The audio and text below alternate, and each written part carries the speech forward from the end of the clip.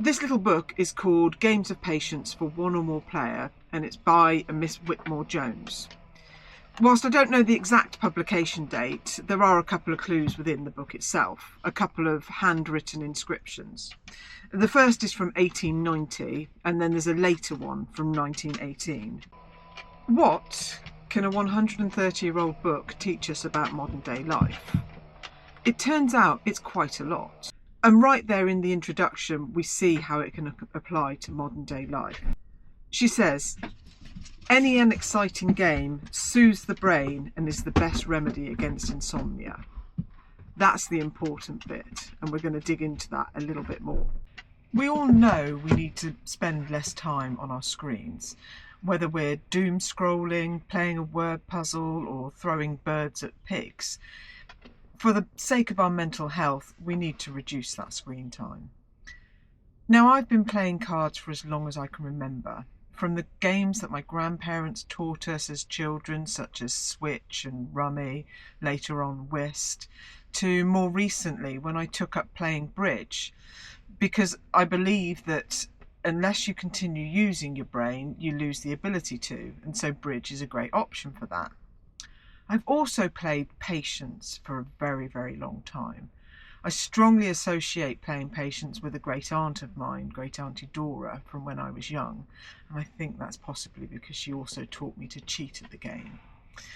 So, whilst yes, I play bridge frequently, it's not a game that's necessarily accessible or even attractive to many people.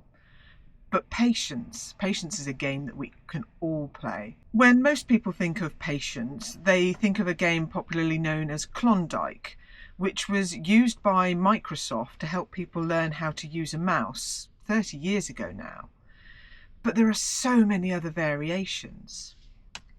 And that's where a little book comes into it. These are very old games of Patience, lots of different varieties that probably people haven't seen for a very long time, which is why I want to introduce them to a new generation of people and to encourage other people to use cards as a way of getting away from screen time.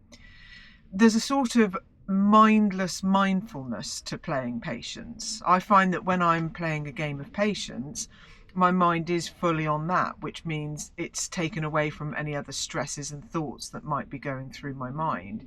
It allows me to get away from the busyness of my brain and just focus on that one thing. And there's a slight addictiveness to it as well. That feeling of, oh, I didn't win this time, but maybe the next time. Personally, I do prefer Patience games that are harder to win because it just gives me that incentive to keep going, and if it's too easy then I get bored of it quickly, whereas those ones where you next to never win them, they just hold me long enough to keep going. So with a simple pack of cards, I can easily get away from screen time and do something that keeps my brain active, as well as also giving me something to do with my hands, because I can't just sit when I'm watching TV or a film. I have to be doing something else. And cards is a great option for me for that. Switching off, shuffling a pack of cards and sharpening your brain with a good old game of Patience, that's no small deal. So join me in learning some new games or refreshing yourself on some old games and see what sort of a difference it makes.